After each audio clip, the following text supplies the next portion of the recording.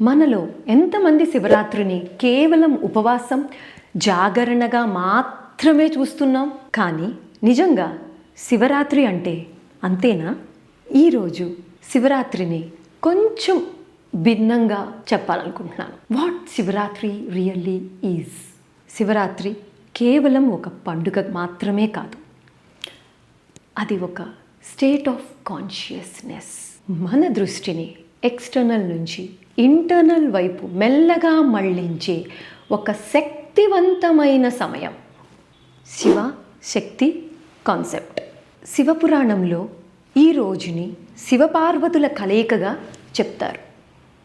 కానీ ఇదేదో బయట జరిగే కథ కాదు, ఇది మనలో జరిగే అంతర్ముఖ ప్రయాణం.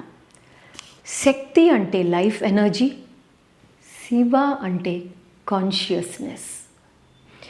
ఈ ఎనర్జీ అవేర్నెస్ అండ్ కాన్షియస్నెస్తో కలిసినప్పుడు ద్వైతం అనే భావన నిశ్శబ్దంగా మారిపోతుంది.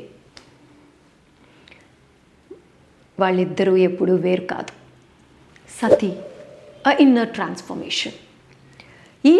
ఈ అంతర్ముఖ ప్రయాణం సతితో మొదలవుతుంది. సతి అంటే మన గత స్వరూపం.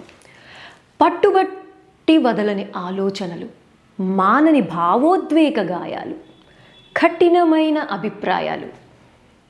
ఇక్కడ ఒక విషయం చాలా ముఖ్యం.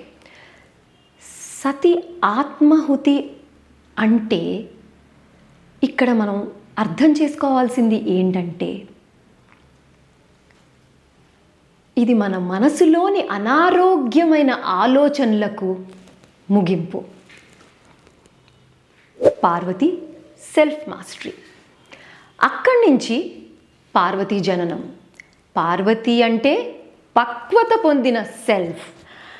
ఆమె తొందరపడదు, ఎక్స్టర్నల్ షార్ట్కట్స్ని అస్సలు ఆశ్రయించదు. ఎందుకంటే కొన్ని మార్పులు మనం స్వయంగా అనుభవించాలి. Next, Vedic wisdom and it's science.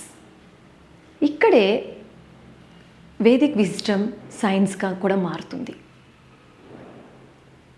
శివరాత్రికి ఉపవాసం అంటే ఫాస్టింగ్, శరీరానికి, మన డైజెస్టివ్ సిస్టమ్కి విశ్రాంతి. యోగాసనాలు శరీరానికి స్థిరత్వాన్ని కలిగిస్తాయి. ప్రాణాయామం శ్వాసను నెమ్మదింపచేస్తుంది. శ్వాస నెమ్మదిస్తే ఆలోచనలు తగ్గుతాయి.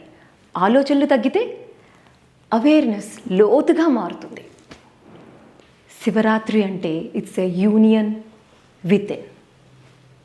ఈ యూనియన్ అంటే ఈ కలయిక ఎక్కడో జరుగుతుంటే మనకి కనిపించదు, ఎక్కడో వెతికితే దొరికేది కాదు, మనలోనే జరుగుతుంది.